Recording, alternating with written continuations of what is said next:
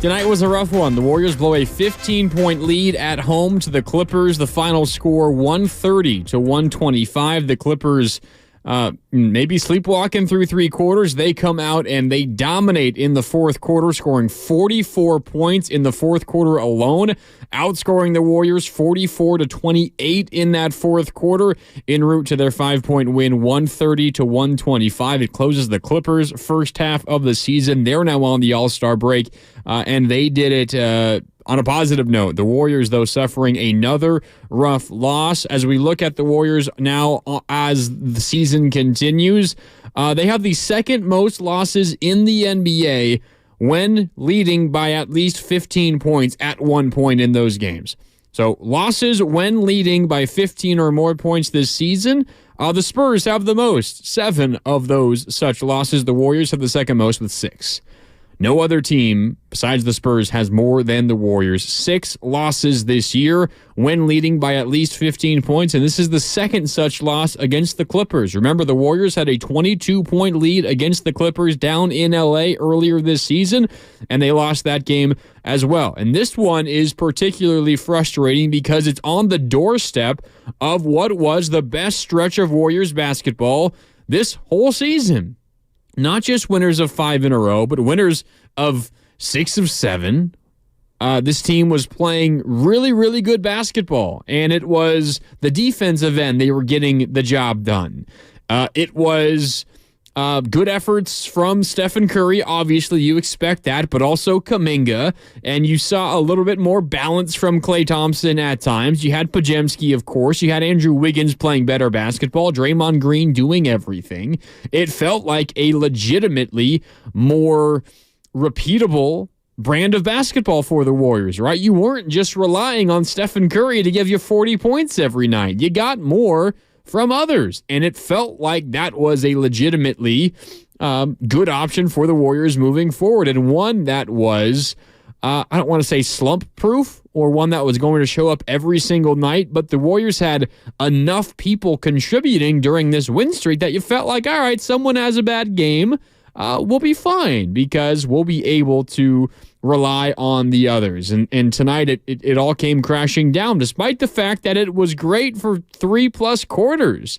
I mean, through 3 quarters and really the first few minutes of the fourth, I don't know how you guys felt, but it felt to me like this was a game where the Warriors were just going to cruise to victory, leading by around 10 points the whole night. And, maybe it gets close, but they're going to have an answer. And ultimately they'll win this game by, 8, 9, 10, 11, 12 points. And then they'll get ready for Utah and try to close out the first half in a positive note. And maybe we let the last 2 weeks, be too present in the front of our minds as we were watching this game.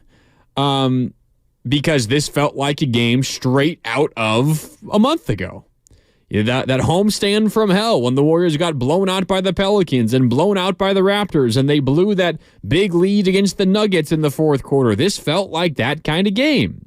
And again, the Warriors have had a number of these games, but it's been a little bit of time. And again, it's on the backdrop of their best stretch of basketball this whole season, which is what makes this one all the more frustrating. So let's sort through it. I'm here with you guys on 95.7 The Game, and I want to hear from you. What went wrong in this one? Obviously, there was some mental mistakes. Klay Thompson committing a foul with 39 seconds left when the Warriors were down just 3. After the Warriors got a bucket to cut the deficit to just 3, he fouls just when the Clippers inbound the ball underneath the Warriors' own basket, like 94 feet from the opposing basket, the Warriors over the limit, so that means free throws. The Warriors would cut it back down to 3, then they'd get a stop, but they can't get an offensive rebound. Rebounding was an issue in the fourth quarter. After, for the most part, 3 good quarters, and specifically the first half, the Warriors did a good job not fouling the Clippers, and we know how much this Clipper team likes to get to the free throw line. I mean, they have James Harden on their team after all. The Warriors suddenly started fouling over and over and over again. The Clippers used that and hot shooting from downtown as a way to get back in this game and ultimately win the game. The Warriors took care of the ball really well in this game as a whole. The Warriors, from start to finish in this game, they committed just 9 turnovers. 9 turnovers in this game for the Warriors, but you look at what happened in the fourth quarter specifically, and they committed 4 of those turnovers. So nearly half of the Warriors' turnovers came in the fourth. Now, 4 turnovers in a single quarter isn't terrible. The Warriors, I think, would take a 16-turnover game for the most part. It's not great, but they've certainly had worse. They've had well worse. But when you only had 9 all game, you had your worst quarter taking care of the ball in the fourth quarter. You fouled a ton. You were leaving Norman Powell wide open over and over and over again. And it just felt like, we've seen this before, but at the same time, it was a little shocking because we hadn't seen it recently. And we've all thought, all right, the Warriors are turning a corner. Don't look now. They're above 500. Don't look now. They're back into the play-in. Don't look now. If they keep this up, they're going to be a team that no one wants to play in the playoffs. And they just can't quite get over the hump. I mean, every single time when the Warriors have strung together wins like this, and this was now the 3rd Warriors 5-game winning streak of the season, they've never gotten that 6th consecutive win. And oftentimes, times when they're playing well, when you think maybe they finally convinced you that they've changed a corner, they kind of lay an egg like this. And to their credit, this really wasn't an egg through 3 quarters. They were playing damn good basketball. And I think it's important to say that this Clippers team, even without Kawhi Leonard, is still a really good basketball team. But the Warriors, you're at home. You're going up against the Kawhi-less Clippers. They also are down a couple of bench guys who are upset at the franchise, and they sent them home. Like, this is a game, if you have legitimate desires on trying to get to the playoffs and make some noise, you got to win this game. You got to win this game. And the Warriors put together one of their worst quarters of the year in that fourth quarter. Again, they allow 44 points in the fourth quarter. It's the 2nd most points they've allowed in a fourth quarter this season. 44 points allowed. The Clippers outscore the Warriors 44-28. And we can talk about all the good through 3 quarters. But the focus tonight is really going to be on these first, or on the final 12 minutes of this game, the final quarter. Warriors get beat on the glass. They turn the ball over. They foul the Clippers, and the Clippers wide open 3 after wide open 3. Norman Powell was great in the fourth. He made 4 3-pointers, I think all from the corner. Amir Coffey hit a big one, his only shot of the quarter from the corner. I think that gave them the lead in the final minute as well. A lot to be frustrated by if you're a Warrior fan tonight. And the phone lines, they're ringing. They're frustrated. Let's go right to them here on Warriors Wrap-Up on 95.7 The Game. It's Mark Randy with you, trying to make sense of a 130-125 Warriors loss after we felt like this team had proved to us that they're different. They're not the team that blew the 22-point lead to the Clippers on the road earlier this season. Not the team that lost that, 16-point lead with 6 minutes left against the Nuggets earlier this season. Not the team that fouled or didn't foul Oklahoma City twice in the final minute or final couple of seconds of regulation. Went up by 3 when Chet Holmgren once made a 3. Second time didn't, but he was fouled shooting a 3. You felt like the Warriors had kind of put that behind them, but now we're right back to square one. At least that's what this game shows. Maybe they bounce back and they get a win tomorrow, but this fourth quarter extremely disheartening for the Warriors. All right, to the phone lines we go, and up first here on Warriors Wrap-Up, 888-957-9570 is one of our favorite YouTubers. It's Drew Down. Drew Down joins us here on Warriors Live on 95.7 The Game. What's up, Drew? How you doing? Man, I've been better. What's going on, Grandy? That was a tough loss, Drew, right? Different Clippers game, same story, man. Blowing double-digit lead.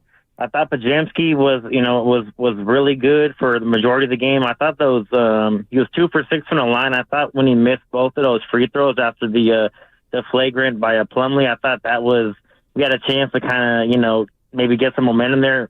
I thought missing both of those free throws were huge, and then also he kind of fumbled the rebound at the end. Don't want to kill him too much. He played a great game, but I thought those were a couple things that were kind of huge in the game. And then Steph obviously was amazing.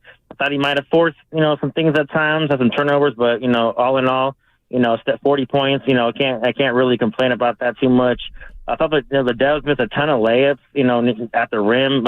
Draymond especially. I thought Zubac definitely changed a lot of shots, and then Clay, he was good the other night. He was really bad tonight. Outside of a small stretch, I want to say in the fourth, he made a few shots, and that foul at the end of the game. I mean, there's no words that can describe it. It was just, we still had a chance. We had a stop. We could have got a rebound, but that foul there was just, Kerr basically went down on 2 knees. Yep. It was just, that was tough to watch. And then I thought that Clay just played too many minutes. He obviously, you didn't have it tonight. I thought we could have seen more Moody. Moody played great in his minutes.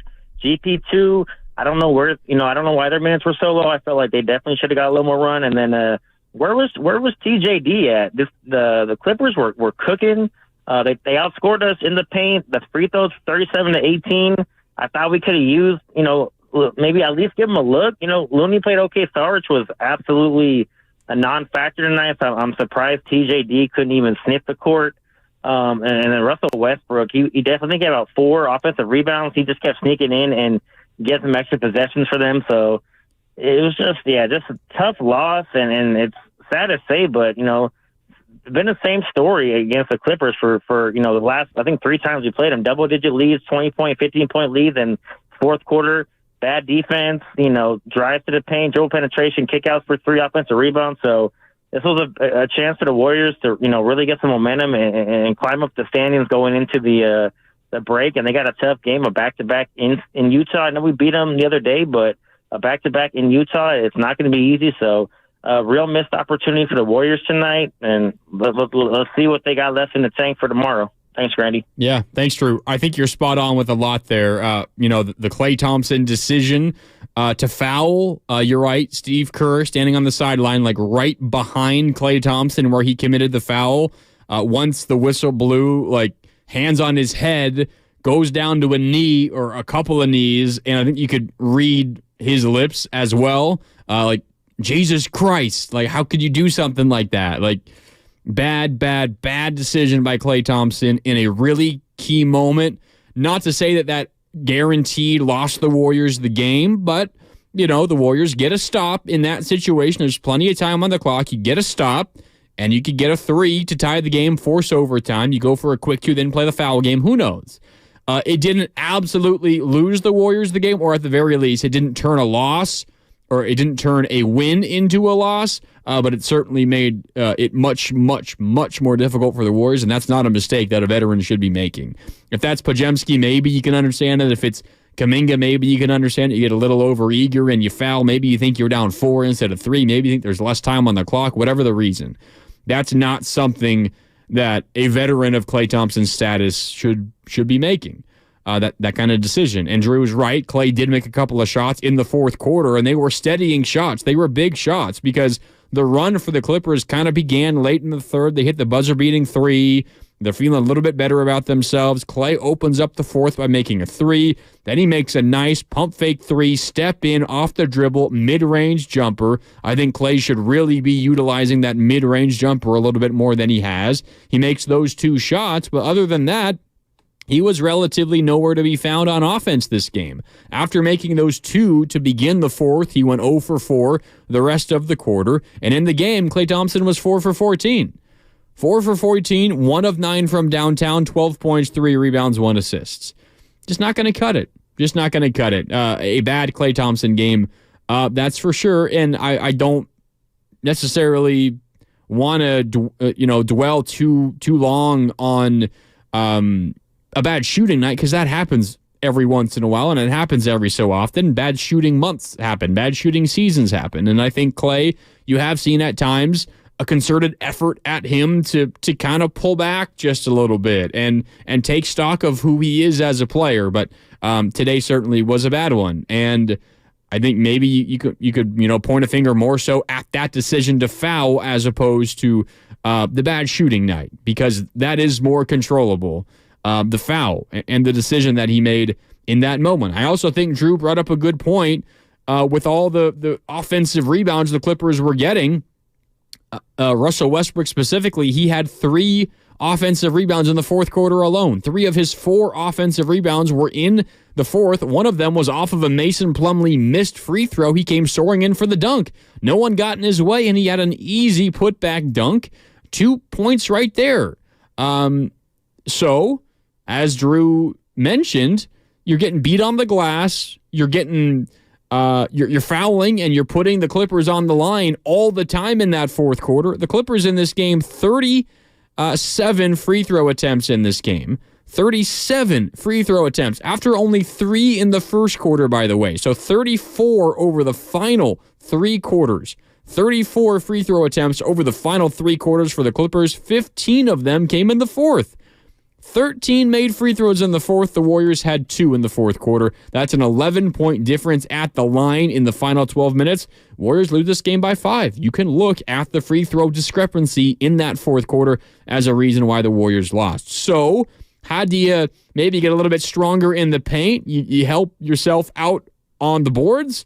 Maybe you go to a different big that hadn't seen the floor yet, and that's Trayce Jackson-Davis. And considering how great he played in limited action again last time out, what was that, on Monday in Utah? He had a great run in the second half of that game. A little perplexing how he doesn't at least get a look in this game. But that's the reality of the Warriors situation as well. I mean, Chris Paul isn't even back. Whose minutes is Chris Paul going to take?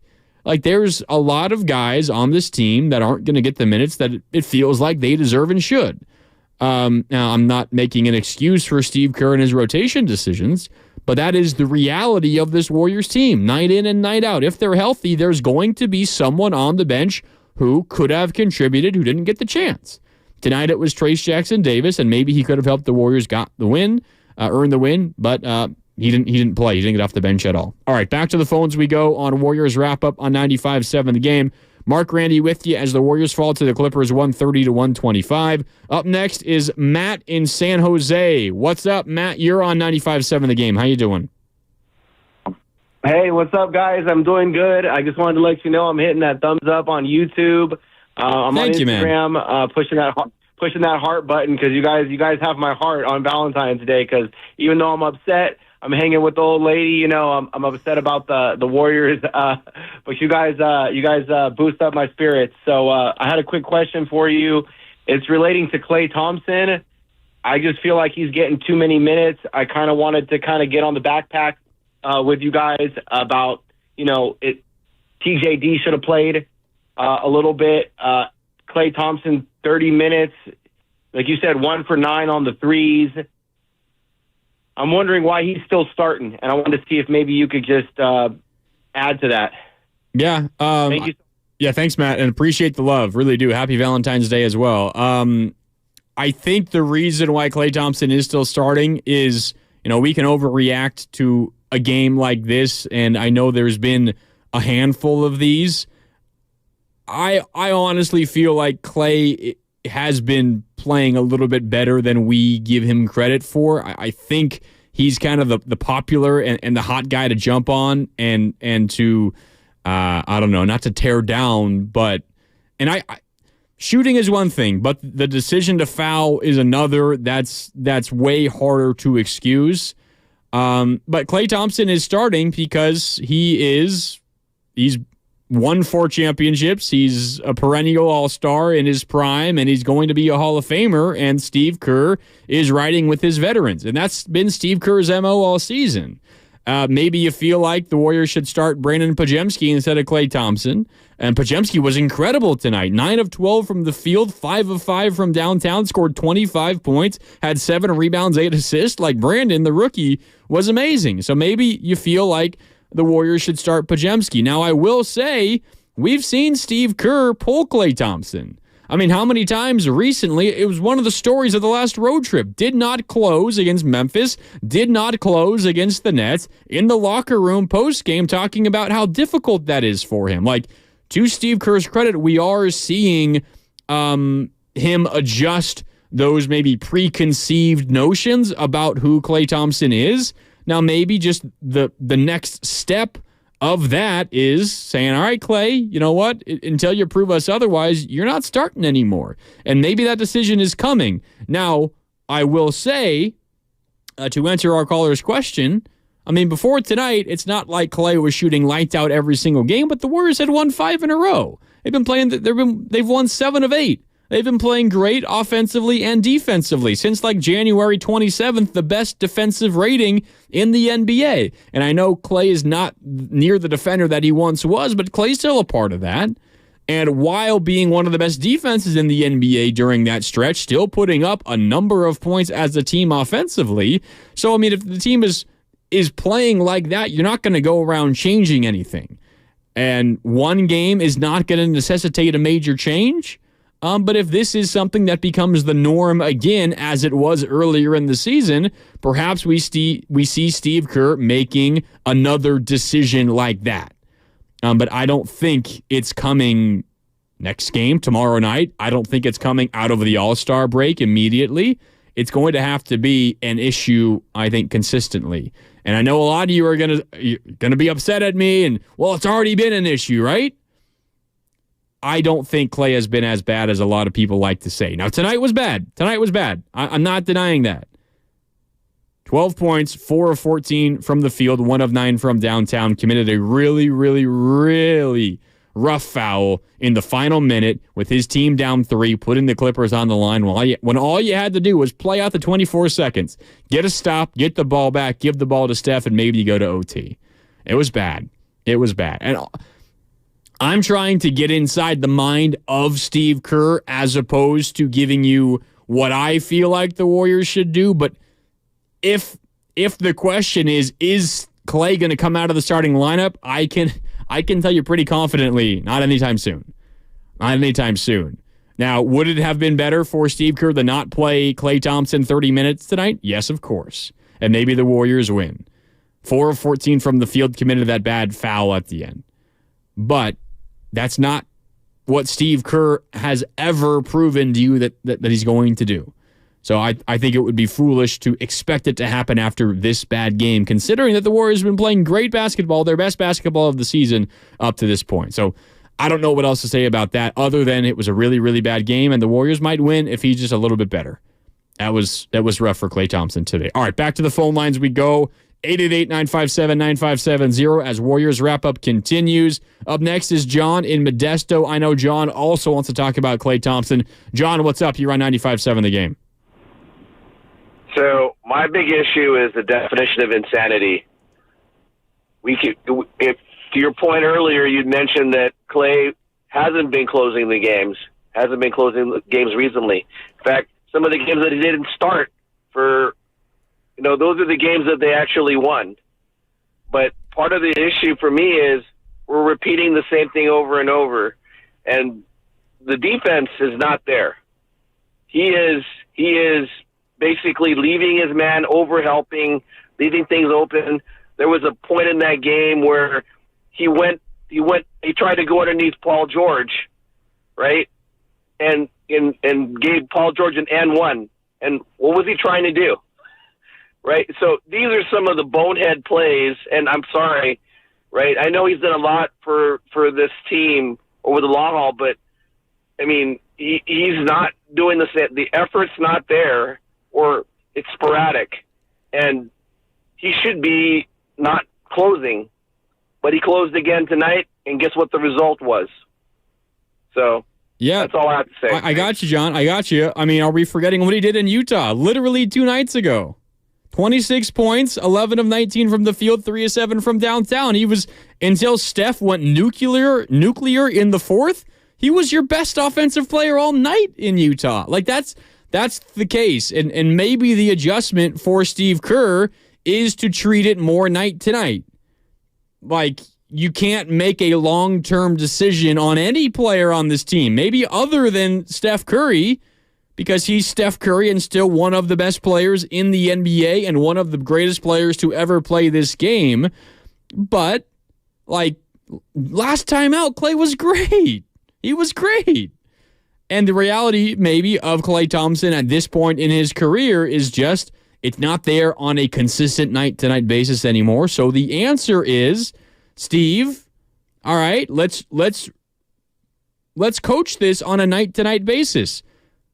After, at half, after every quarter, after every stretch of play for Klay, take a look, think about it. Do you want to put him back in his normal rotation? Do you want to play him his normal minutes? Do you want him to close? And again, Steve Kerr has been doing that. He has not just blindly been putting him in closing lineups. Now, tonight he closed. Was that a bad decision? Probably. Okay, so maybe we say, hey, Steve, tonight was the wrong decision, but hey, Steve made the right decision 2 nights ago in Utah. I think where this gets a little bit unfair, and I know I'm in the minority in this, and I know I'm probably going to get yelled at on YouTube for this, and the callers are going to be upset. We don't give Klay and Kerr the credit for when they make the right decisions and when they help you win a game. We only yell at them and railroad them on a night like tonight. And I get it. That's the nature of fandom. But we gotta, when we're talking about Klay Thompson's performance tonight and Steve Kerr's decision to leave him in the game, it is a pointless argument, and I'm not going to make it without the context of what happened on Monday, when Klay was phenomenal. Again, 26 points, 11 of 19 from the field. The game before, the 1-point win in Phoenix, Klay only played 24 minutes. Guess why? Because he was shooting 2 for 10. Steve made the decision, hey, Klay, you're not at your best. I'm going to scale back your minutes. The game before he played that, the win in Philadelphia on the road trip, he was 6 of 12, 4 of 5 from downtown. Much better. He played 28 minutes. The game before in Brooklyn, he played 30 but didn't close. 4 for 9 from the field. Like, I think we are overreacting to this bad game from Klay, and I'm not saying it wasn't bad. It was bad. It was bad, and the foul at the end was a decision that it's inexcusable for a veteran of his stature. But when we're having these conversations, we also have to recognize that this is a night-to-night player now, and last time out he was really good, and that's fresh in Steve Kerr's mind, although he wasn't the coach in that game. He watched the game, of course, and he knows what happened. And Klay was rewarded for his play last time out, and it might have cost the Warriors. If we're assigning blame for this game, okay, maybe we give it to Klay, maybe we give it to Steve Kerr for playing him. That's understandable. But I understand why he was given the leeway, even though it did hurt them tonight.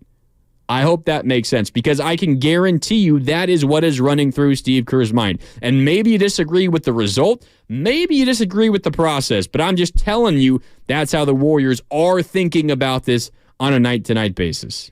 I get it. All right, back to the phones we go. 888-957-9570 as the Warriors fall to the Clippers 130-125, a disappointing loss for the Warriors. I think the other thing that we got to talk about here, and I will go back to the phones. Daniel, I'm coming to you next. I get the foul decision by Klay and some of the missed shots. Putting this loss entirely on entirely on Klay, or at least Kerr's decision to leave Klay in the game, it lets everybody else off the hook. That was a team loss in the fourth quarter. That was a bad effort across the board. And saying this is only on Klay, I'm sorry, I'm not having it. It was on everybody in the fourth quarter. 44 points allowed. You can't defend without fouling in the fourth quarter. You commit 4 turnovers in that fourth quarter. That's not just Klay. That is not just Klay. It is everybody. It was a team-wide disappointment in the fourth quarter. All right, back to the phones as promised. Daniel in Indiana is up next. Daniel, what's up? You're on Warriors Wrap-Up here on 95.7 The Game. What's going on, brother? So I watching this game, after the last several games, watching the youth rotation come in, spell the old dogs, give them some time on the bench to breathe, bring in energy. This team tonight just looked exhausted, mentally exhausted. They were making errors in the fourth quarter like crazy, and I just don't think that they had that energy. Last game, we talked about how we were awesome from 1 to 17, but from first guy to the 17th guy. But then tonight we run a 6-man rotation pretty much all night long. And as far as Klay goes, he's shooting 37% for three.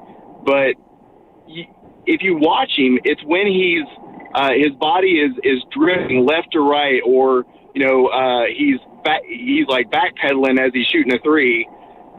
He needs to be set. Even Kobe said that his head was too big and he had to shoot it. He had to keep his head steady to be able to shoot it straight. So I think that's a correlation that I noticed. But anyway, I just wanted to say, man, these guys, like we forgot about Gary Payton after like quarter three. We didn't play Trayce Jackson-Davis or anybody with any sort of youth and energy, and those guys were tired. They were slow, they were sluggish, they were tired. You can't defend when you don't have legs. You have to be in the squatted position. You have to be down. That's my take on it. I just noticed that those guys, like, why did we go away from that rotation? Maybe the assistant coach needs to handle the rotations from here on out. Yeah, Daniel, I think you bring up a good point about Gary Payton II. Whenever he's in there, good things happen, and it's been that way since second one when he was a Warrior.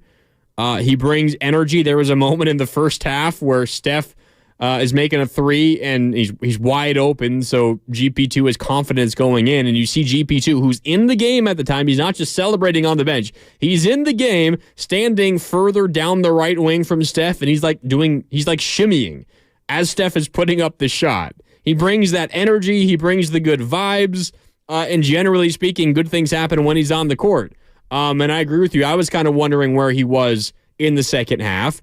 As Daniel pointed out, and some of our callers earlier pointed out, it's also a question of where was Trayce Jackson-Davis? Was this a Steve Kerr decision that was made before the game? We know that has happened before. It's happened with Jonathan Kuminga earlier this season. It's happened with Moses Moody.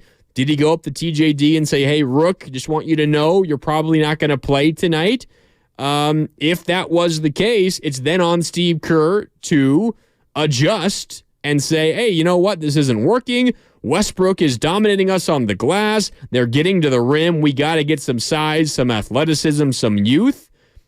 The one thing I will push back on a little bit, Daniel, is I didn't necessarily see the sluggishness, them being tired, the fatigue through three quarters, and maybe it all caught up with them at once. That's certainly the case, and I think you could say that this team just didn't have the juice in the fourth quarter. But they look perfectly fine through three. It looked like another ho-hum Warriors win, as it has been for the last 2 weeks through three quarters.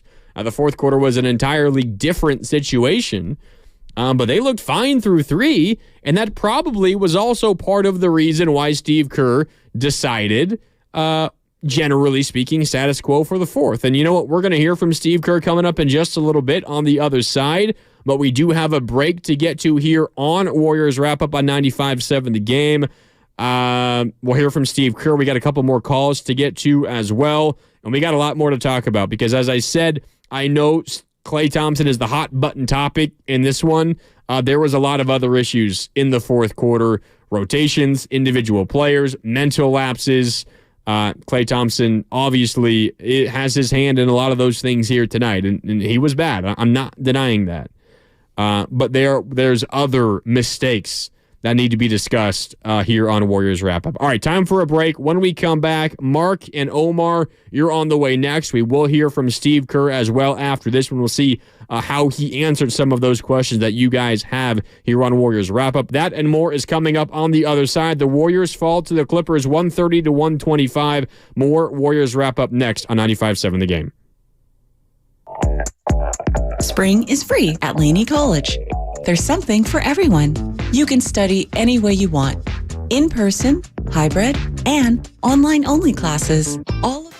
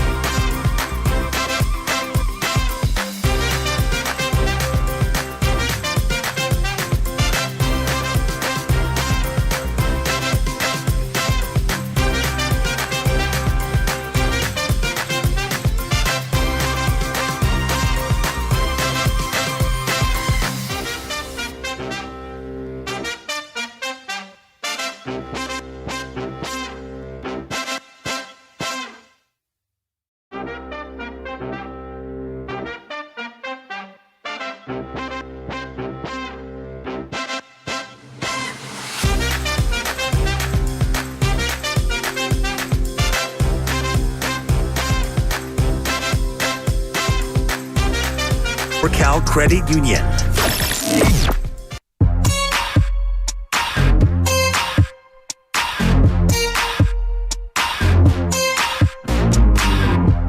Now back to Warriors Wrap Up on 95.7 The Game. Welcome back. Clippers beat the Warriors 130-125. They outscore the Warriors 44-28 in the fourth quarter alone. The Warriors had a relative, not super comfortable, but you had a decent lead.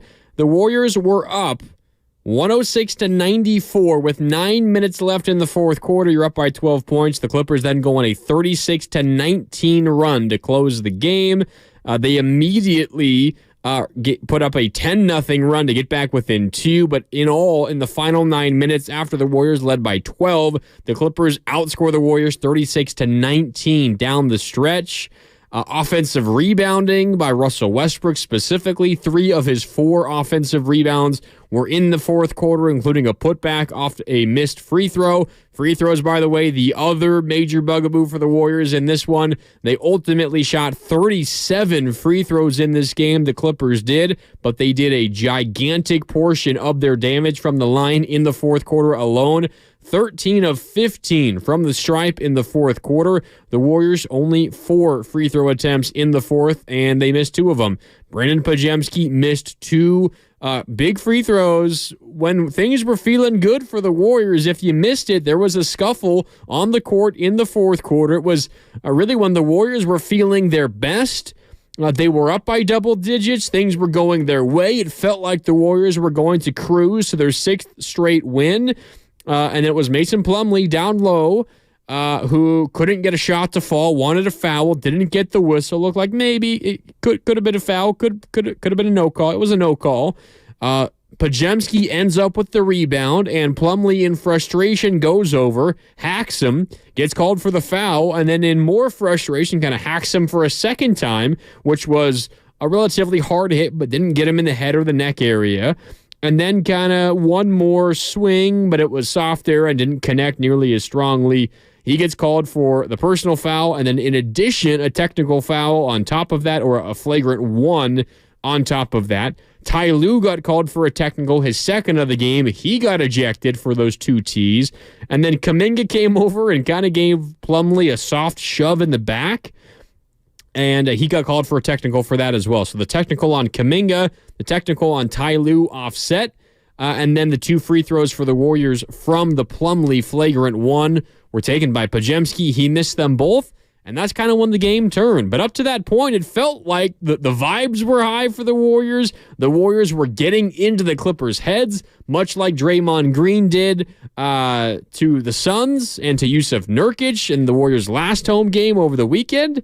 But then the things all came tumbling down for the Warriors in the final 9-ish minutes of that fourth quarter when, again, the Clippers outscored the Warriors 36-19 after the Warriors had a 12-point advantage. And they fall in a game that it's kind of interesting because it feels like, oh, here we go again. We've heard this story. We've read this story before. We know what's coming. But it also feels a little bit foreign because the Warriors have been so opposite of what this fourth quarter was over the last 2 weeks. So it's almost like deja vu, but it's also like, do I remember this? Because it had been a while from when this last happened to the Warriors, but it happened again. The Warriors blow another double-digit lead. The Warriors have blown now 6 leads of 15 or more points, the second most in the NBA. The only team who has blown more such leads, the Spurs, 7 of them. And they have a much larger pile of losses to choose from, right? Like the percentage of the Warriors' losses that have been from 15-point leads is much higher than the Spurs' percentage of losses that have been from 15-point leads because the Spurs are one of the worst teams in the NBA. The Warriors are sitting at 506 of their losses or when they had a 15 or more point lead at any point in the game. And that is a tough pill to swallow if you're a team like the Warriors, who legitimately has ideas of trying to compete, whether or not you feel like that's attainable. They feel that way, and they have 6 losses when trailing by 15 or more points. All right, Warriors wrap up here on 95.7 The Game. Mark Randy with you. Let's go back out to the phone lines. 888-957-9570. Up next is Mark in Berkeley. What's up, Mark? You're on 95.7 The Game. How you doing? I think we lost a lot more than we know when we lost our coach to Sacramento defensively, and I don't think Kerr's doing the job on defense. Earlier in the game, the Beard was the only one making points. He could have called timeout and put somebody on him.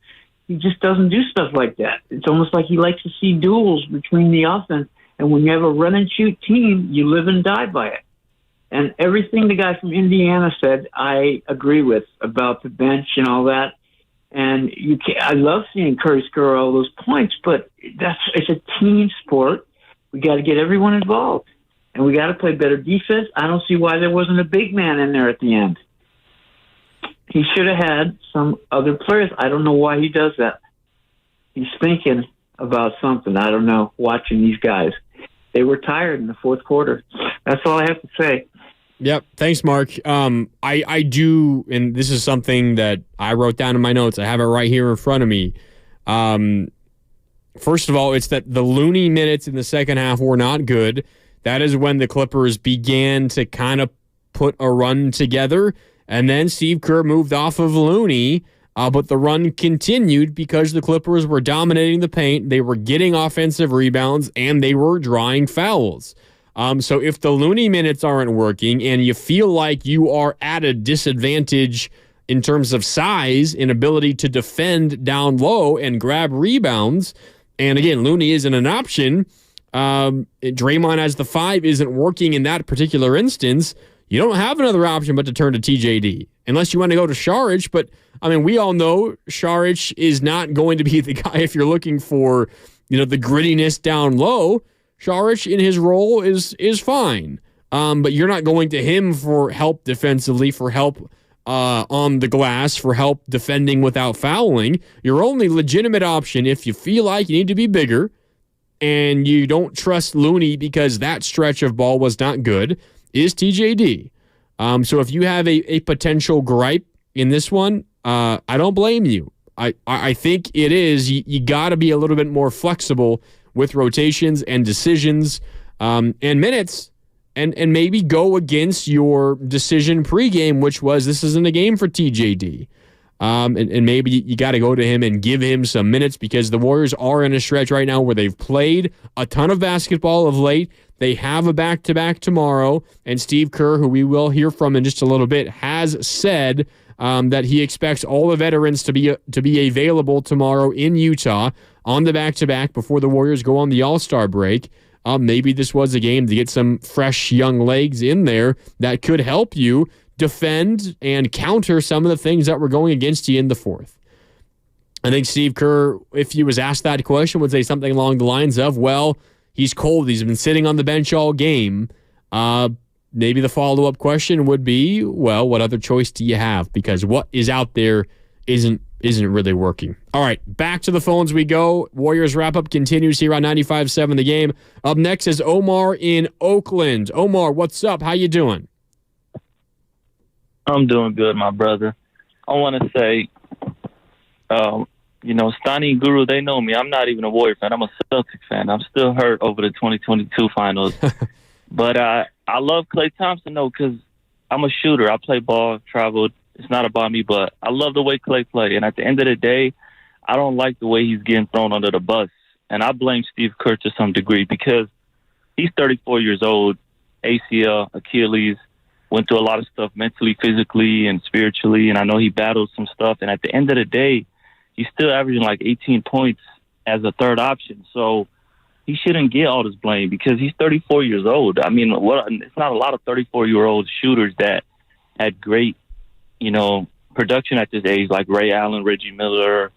And he's a top 5 shooter. And I feel like Jonathan Kuminga has to take a bigger step because he's 20, 21, and him and Wiggins, they're not doing as much. And I like Podenuski. He's a good player. I would never bring Klay Thompson off the bench, because I feel like that would be disrespectful to him. I'm sorry, but even just as an NBA fan, Klay Thompson coming off the bench I feel like that's disrespectful. And the way things are going, just looking at the outside, I feel like Klay Thompson is going to leave the Warriors unless something dramatic happens and they win a championship or make it to the Western Conference Finals. I could see Klay Thompson ending up in LA or the Knicks or probably going to Portland where he grew up. That's what I see. I just feel like it's not going to end well the way it's going. Yeah, I appreciate the call, Omar. I think I get where you're coming from, but the Warriors can't be in the business of worrying about hurting feelings if their goal is legitimately to try to win a championship. And, maybe it's disrespectful for the Warriors to not start Klay. Maybe it's disrespectful for him to not be in the closing lineup. Maybe it's not fair to be blaming him for losses. But at the end of the day, the Warriors have to do what's best for them to win basketball games. I mean, they don't have the time, they don't have the ability, they don't have the record that allows you to be patient with these sorts of things. And Steve Kerr has already been very patient with a lot of the players on his roster. And I think a prime example is Andrew Wiggins. Like, Steve Kerr, maybe to a fault, was very loyal to Andrew Wiggins. And it cost the Warriors some wins early in the season, right? Like, legitimately, the Warriors lost some games early in the year because Andrew Wiggins was not playing good basketball and Steve Kerr kept playing him. How do you feel about Andrew Wiggins now? I guarantee you it's way different than how you felt about Andrew Wiggins a month ago, a month and a half ago, 2 months ago. Wiggins wasn't incredible today, but he was 4 of 10, made a couple of threes, was fine defensively, 6 rebounds, 3 assists, had 4 steals. He's playing much better basketball now. And my point is he probably is not playing like this if Steve Kerr does not give him the opportunity to play through it. Now, that situation is different than this Klay situation because we're nearly at the All-Star break, and if it wasn't for the postponed game, which will now be made up tomorrow, the Warriors would be going into the All-Star break with this loss. Like, we're at go time. It's go time for the Warriors. They don't have time to keep messing around. So I get that the situation is different. All I am saying is, in Steve Kerr's mind, and I totally get the logic to this, I am going to give my veterans a leash, a longer leash than I'm giving others, because the chance that they figure this thing out, first of all, it's a greater chance that they're going to figure out if you give them the court time. And second of all, if they figure it out, this team is going to be so much better than if I just planted them on the bench night after night and never gave them the chance to play through it. And this Warriors team does not have the great players up and down the roster. They got quality players. They've got good guys, but they don't have enough of a scoring thump from others to afford to just totally punt on Klay Thompson. And I know that's not what everybody is calling for, but I'm just saying one of the reasons why Wiggins is looking better now is because of the faith that Steve Kerr showed in him, and Steve Kerr is trying to show that same faith in Klay Thompson. But again, the Warriors don't have time to keep messing around. And to Steve Kerr's credit, we have seen him change his mind and change things up. Klay Thompson is not closing every single game, every single night as a given. It has been more of a night-to-night decision. Did Steve Kerr make the wrong decision tonight? Yeah, he probably did. I think we can all agree on that. That's relatively logical. Klay Thompson made a, frankly, very bad decision to foul 94 feet from his own basket with the Warriors down 3 and 37 seconds left. And no fouls to give. That's a bad decision, and it cost the Warriors a legitimate chance at maybe forcing overtime and winning the game. So, yes, bad decision tonight. But Steve Kerr is betting on the long run, and up to this point for Klay, he hasn't been proven right. And maybe as you continue to progress through this season, Steve Kerr takes some more drastic decisions and drastic measures going forward. All right, enough talking about how Steve Kerr might answer some questions. Let's hear from Steve Kerr himself. Kerr addressed the media today after the Warriors lost to the Clippers 130-125. Here is the Warriors head coach here on Warriors Wrap-Up. What do you think happened defensively in the fourth quarter? They're giving up, I think, 42, 43 points. What was going on with your defense? Yeah, they picked us apart in the pick and roll, and we didn't adjust to it well enough. They got the ball into the pocket.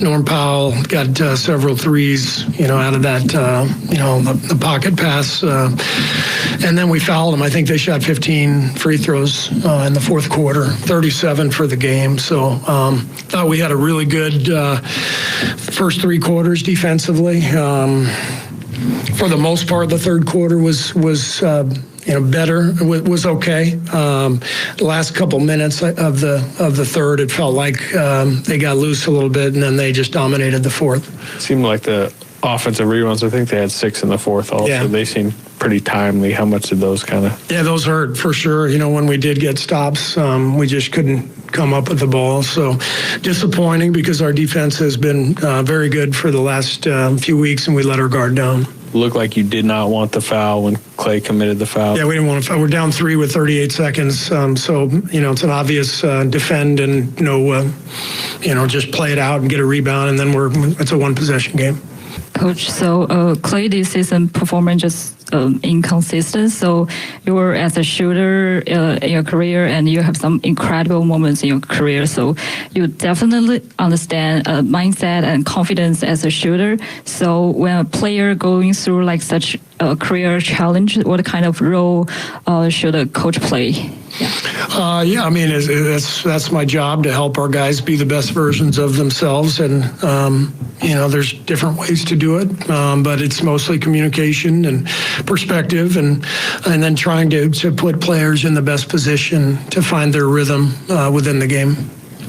Steve, given that we've seen this kind of thing happen before, does this feel like a little bit of a relapse to what happened earlier, or is this just a one-off, do you think? I think this is a one-off. I think we played a really solid game, 34 assists and 9 turnovers, but the game got away from us defensively there in the fourth, and I'd like to watch the tape and see how we can adjust better, and because they picked us apart in that high screen. James Harden was fantastic tonight, and we just couldn't corral him in that fourth quarter. And as I said, they took advantage in every way, offensive boards, getting to the rim. We fouled them. We fouled James on that 3-point shot, which was a big play. And so, like I said, we lost control of the game defensively, and I don't think we adjusted well enough either as a coaching staff.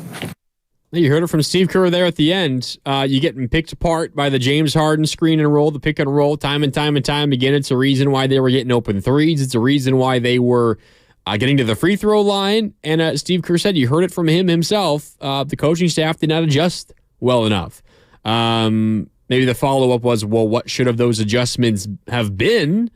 Maybe it is a rotation change. Maybe it is not playing the Curry, Podziemski, Clay 3-man guard lineup, while it is, I think, generally speaking, pretty effective offensively. You're asking the others defensively out there, whether it's Wiggins and Draymond or Kuminga and Draymond or whatever the other two are, you're asking a ton defensively from those guys when it is Steph Curry, Brandon Podziemski, and Klay Thompson. So if, the answer from Steve Kerr was, well, we didn't adjust enough to what the Clippers were doing in the fourth, maybe the adjustment is going Steph Curry, Brandon Podziemski, Wiggins, Kuminga, Draymond. Maybe it is the starting 5. Take Klay out if he's having a poor offensive game. And we know he's not the same guy defensively. Maybe it is, sit out Wiggins in this closing lineup and play Steph, Podziemski, Kuminga, Draymond, and Trace Jackson Davis. Get a little bit bigger. Maybe that's the adjustment. It did feel like there was a change that needed to happen for the Warriors, and for whatever reason, that change didn't happen. And it might have cost the Warriors this one. The other interesting thing that the Warriors, or that Steve Kerr just said there, is he was asked by Monty Poole of NBC Sports Bay Area, do you feel like this was a relapse? I think we're all thinking that, right? This felt like a loss straight out of that homestand from hell. Like, what was that, month and a half ago in January, when the Warriors, they had the 5-game win streak, right, which is what the Warriors were sitting on entering the day. You lost on Christmas in Denver, although it was, frankly, a pretty good effort. And you were in that game all the way to the end on Christmas against the defending NBA champs. And then you come home for that 7-game homestand. On that homestand, you have the rough loss to Denver when you led by like 16 points with 6 minutes left. You lose that game in regulation, mind you. You get absolutely run out of the gym on consecutive games by the Raptors and Pelicans. And you go, 2-5 in that 7-game homestand? Like, it felt like this game fit with that era of this Warriors team. But Steve Kerr saying, no, it's a one-off. And I guess what else is he going to say? He's the head coach of the team, and he's not going to say this is a relapse. We're right back to square one. But I think that's the fear that I have. I think it's the fear that a lot of you guys have. Yeah, Rebellious on the YouTube chat, powered by First NorCal Credit Union, says, yes, a relapse, not a one-off, excuse me. Yeah, I think that's the fear of Warrior fans watching this one. It felt like deja vu. It felt like, the 5-game win streak, winners of 7 of 8, the last 2 weeks hasn't really topped this team much because they're still having a hard time closing out games in this one. I think the defense is a major issue. One of our callers earlier, I think it was it Omar? I can't remember. Maybe it was Mark in Berkeley. I apologize. I can't remember which caller mentioned it. Whenever I hear the Mike Brown, he was the defensive coordinator for the Warriors ever since he left. The Warriors have been terrible defensively. The Warriors were fine defensively last year without Mike Brown. The Warriors have been the best defense in the NBA since January 27th. Best defense in the league. Defensive rating. Best defensive rating in the NBA since January 27th. Now, the fourth quarter tonight was terrible. It was really, really bad. Specifically in the fourth quarter. In fact, the first half was fine. The Warriors only allowed, if I can do this math in my head, 52 points in the first half. That's really good for the Warriors. And one of the questions that I had for you guys, I like to write down as I'm watching games, questions that come to mind as I'm watching. And one of the questions that I had was, is the Warriors defense a mirage or can it stay? Like, is this who they are now? Now, the fourth quarter kind of erases all of that. But, I mean, for a half and for 2.5, almost 3 full quarters, the Warriors defense wasn't just not bad. It was pretty good in this game. Now, I know the Clippers are without Kawhi and all of that, but it wasn't that bad through 2+ quarters. Now, doesn't excuse the fourth, of course. But just as a blanket statement saying this is a terrible Warriors defense and they miss Mike Brown, I think you're kind of missing the flow of the season. And I will also say, are the Kings a good defensive team? Mike Brown's their head coach. If he's this key to the Warriors' defensive success, you can say the same for him and the Kings, right? The Kings and the Warriors defensive ratings, the Kings 116.1, the Warriors 116.3. So like almost exactly the same as the defensive rating so far this season. By the way, both are bottom half of the NBA. The Kings 18th best, the Warriors 20th. So not great for either, but it's not like Mike Brown is having a terrible success defensively with the Kings either, and I get it. You know, there's different personnel on these two teams, but when you consider the Warriors have been without Draymond Green for a lot of the year, Andrew Wiggins looked like he forgot how to play basketball for the first portion of the season. Klay Thompson, who you previously leaned on as your best perimeter defender, clearly is not the defender that he once was. Like, it's understandable why this Warriors team was bad defensively early in the year. They've been much better lately, and I'm not going to overreact to one poor defensive quarter. And it was very poor, but after all, it was just one quarter for the Warriors. But it as we have already talked about, and as I see a lot of people on the YouTube chat saying right now, this did feel like a relapse. It felt like something we've seen the Warriors do before, and it was not good. All right, a few minutes left here on a Warriors wrap up on 95.7 The Game. A text from the 925 on the Comcast Business text line 888-957-9570, talking about the leash that Steve Kerr has for his veterans. I think specifically for Klay Thompson. It's been 50 games. How much longer is he going to let that leash be loose? That's a fair question. And it is getting to a point where the Warriors need to stack wins, which is why the last 2 weeks has been so well timed for the Warriors. You have 2 weeks of good play, and suddenly you're right back in the playoff picture. Like, that's how tight things are in the West. But if this continues to be, if this is who Klay Thompson is tomorrow night, if he struggles out of the All-Star break, then I do think we will see that leash be tightened a little bit moving forward, because the Warriors are getting to a point where, all right, you're approaching like do or die time. The Warriors have played 52 games.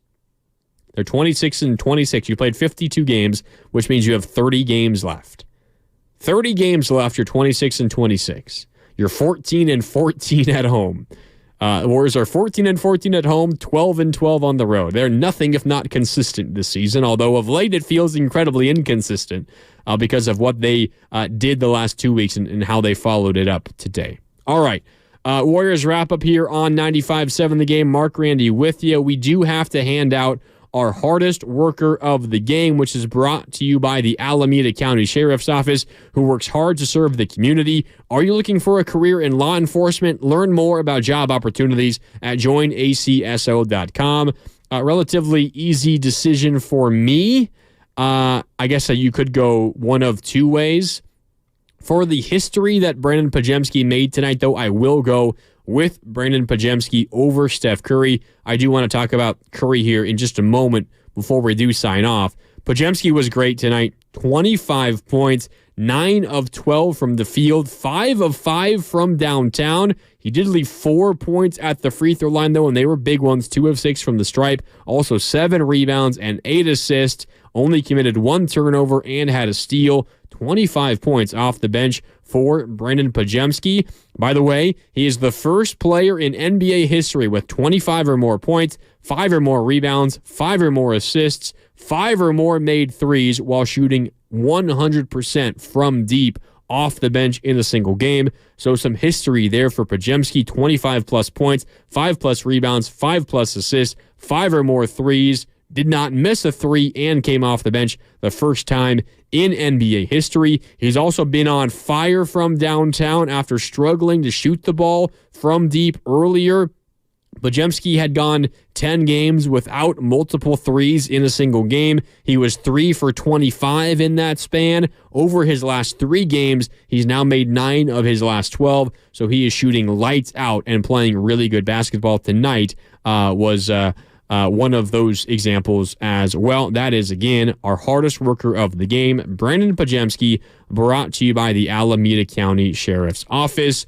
Quickly, before we do get on out of here, I mean, we haven't really talked about what Steph Curry did tonight. Just another 41 points for Steph. 15 for 31 from the field, 9 of 19 from downtown. He kind of chucked a few up there down the stretch because the Warriors needed threes. They needed them in a hurry, but he was really good in this game as well.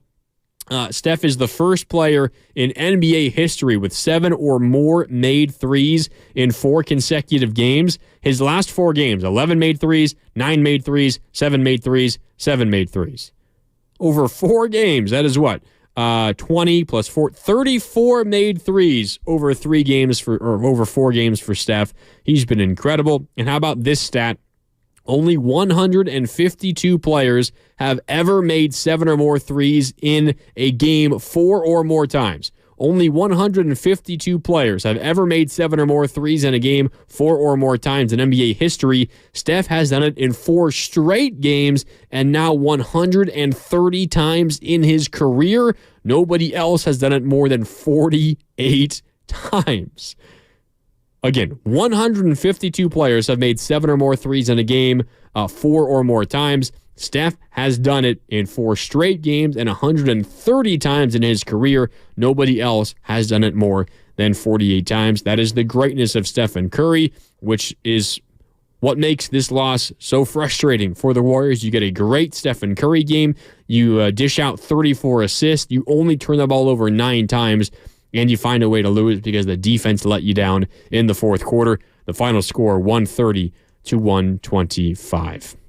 All right, that'll do it for Warriors wrap-up here on 95.7 The Game. A frustrating loss for the Warriors, but they have a chance to flush this one quick as they travel back to Utah tonight. They got a back-to-back at home tonight in Utah tomorrow, and then they get the All-Star break. The Warriors play tomorrow and then are off until the following Thursday, so a week between games, and they would love to go into the All-Star break with a win, and if they can do that, you're still feeling good about yourselves going into the break despite the frustrating loss tonight.